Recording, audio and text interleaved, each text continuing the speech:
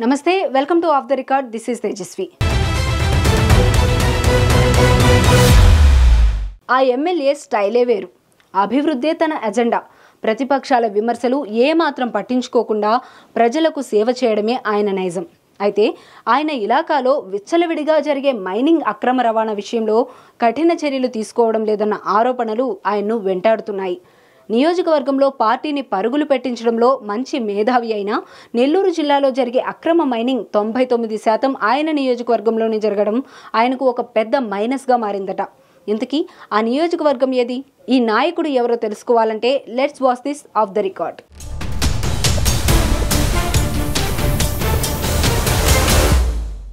నెల్లూరు జిల్లాలో జరిగే అక్రమ మైనింగ్ వ్యవహారం 100కి 99% వెంకటగిరి నియోజకవర్గంలోని సైదాపురంలో జరుగుతుందని ప్రతి నోటా వినిపిస్తున్న మాట. ఇక్కడ తెల్లరాయి, సిలికాన్, గ్రావెల్, ఎర్రచందనం ఇలా చెప్పుకుంటూ పోతే అన్ని పుష్కలంగా ఉన్నాయి. అయితే వీటి అక్రమ రవాణాను అరికట్టవలసిన స్థానిక ఎమ్మెల్యే కురుగొండ్ల రామకృష్ణ మాత్రం నిమ్మకు నీరెత్తనట్లు వ్యవహరిస్తున్నారన్న టాక్ ప్రతి నోటా జోరుగా వినిపిస్తుంది. ఇప్పటికే అక్రమ మైనింగ్ కేసులో మాజీ మంత్రి కాకాని గోవర్ధన్ రెడ్డి 50 రోజుల నుండి పరారీలో ఉన్నారు. మరో మాజీ మంత్రిని రేపో మాపో అరెస్టు చేయడం ఖాయమని తెలుస్తోంది.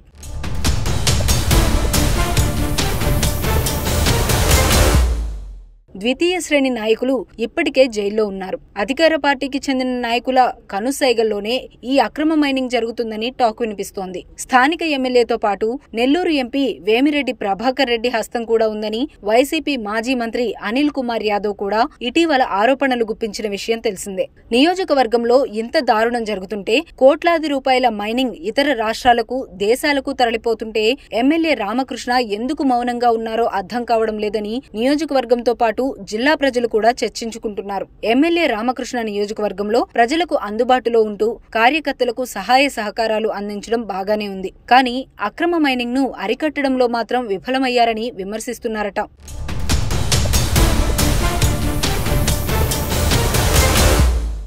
నియోజకవర్గంలో వైసీపీ ఇన్ఛార్జ్ నేదురుమల్లి రామ్ కుమార్ రెడ్డి మాత్రం స్థానిక ఎమ్మెల్యేకి తెలియకుండా ఇంత దారుణం జరుగుతుందా అని ప్రెస్ మీట్లు పెట్టి మరీ దుమ్మెత్తిపోస్తున్నారు.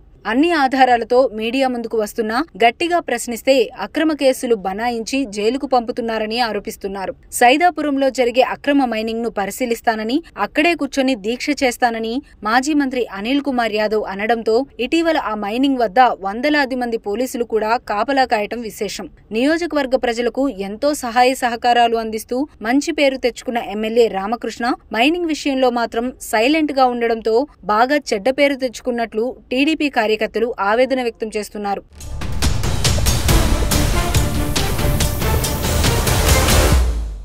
నెల్లూరులో ఉండే పెద్దారెడ్లు తమ నియోజకవర్గంలో పడి విచ్చలవిడిగా దోచుకుంటుంటే తమ ఎమ్మెల్యేలకు మాత్రం చెడ్డ పేరు వస్తుందని వెంకటగిరి నియోజకవర్గ టీడీపీ కార్యకర్తలు, అభిమానులు ఆవేదన వ్యక్తం చేస్తున్నారట.